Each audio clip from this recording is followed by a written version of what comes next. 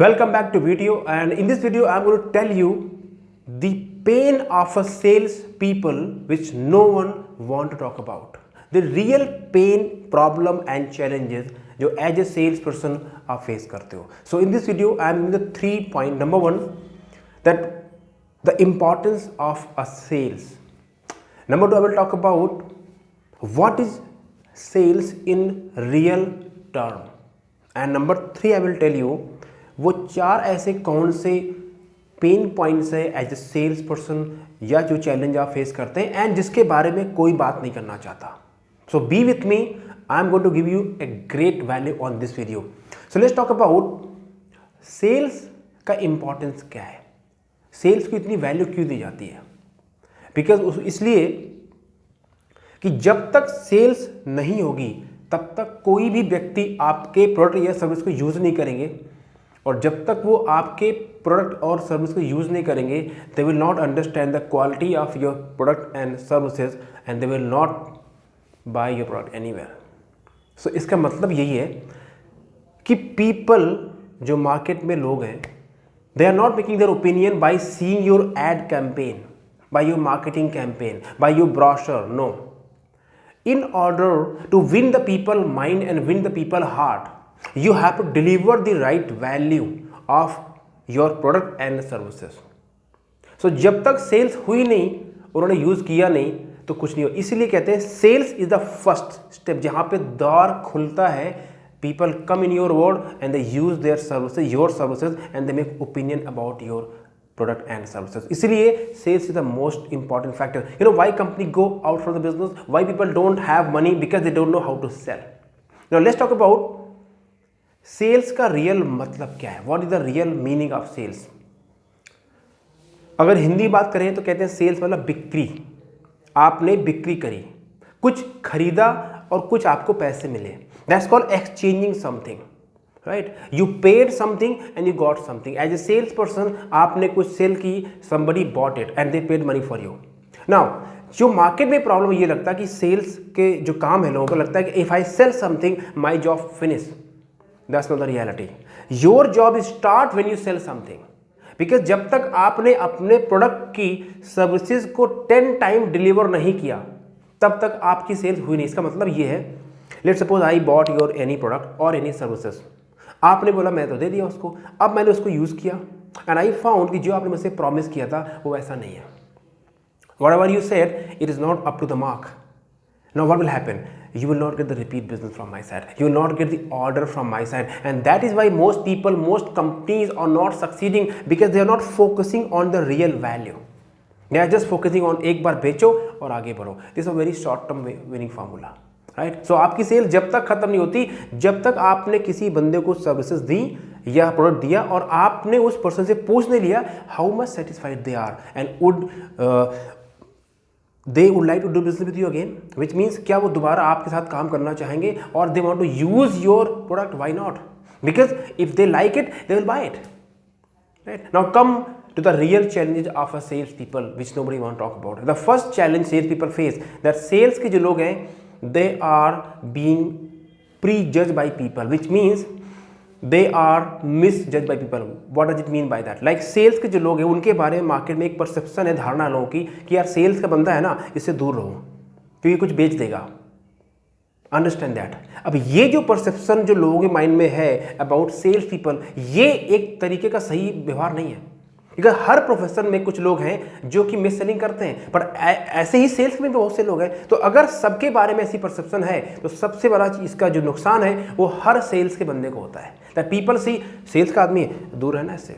That's called pre consume motion. यानी sales वालों को लोग देखते हैं भैया इनसे दूर रहना.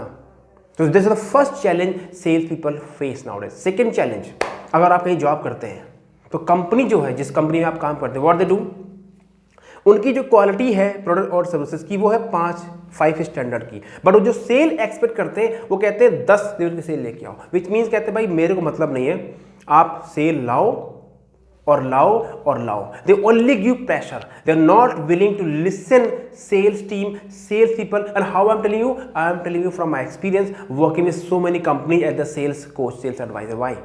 And they don't understand the pain of the sales team. उनकी क्वालिटी जो प्रोडक्ट की है वो 5 स्टैंडर्ड की है, पर वो एक्सपेक्ट करते हैं कि मेरा जो प्रोडक्ट सेल होगा वो 10 लेवल का होगा। That's not possible. That's called expectation quality gap. What is called quality gap expectation. The second challenge sales people have, कंपनियां ओवर एक्सपेक्ट कर रही हैं without giving the right product and service to the sales team.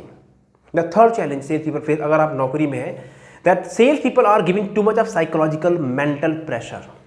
They have to perform like, कई company तो Hunter रखी है, Hunter in sense कि मतलब 24 घंटे तलवार रहती है, बॉस आपको 1 से 3 महीने का टाइम मिलेगा, या तो आप परफॉर्म करो या निकल लो यहाँ से।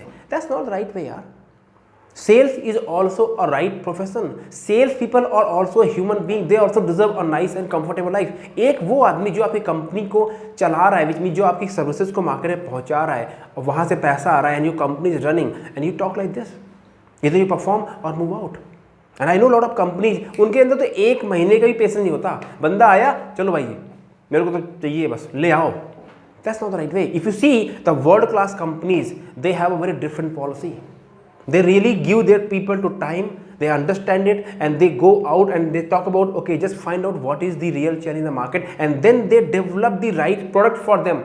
Even in initial time, अगर वो पैसे नहीं भी कमाने, तब भी वो मार्केट में जाके सर्वे करके अपने प्रोडक्ट को उस हिसाब से डिज़ाइन करवाते हैं। And they don't give too much of pressure. They believe giving the right environment, right education, right skill set. See, अगर आपका प्रोडक्ट अच्छा है, लोग अच्छे हैं, if you treat people rightly, sale क्यों नहीं होगी यार? Don't think short term, think in a long term game, right? And point number 4, India के अंदर जो सेल्स की जो इनिशियल एंट्री लेवल के सेल्स एग्जीक्यूटिव या जो मिडिल लेवल के मैनेजर हैं, they are underpaid. What is the word? They are underpaid.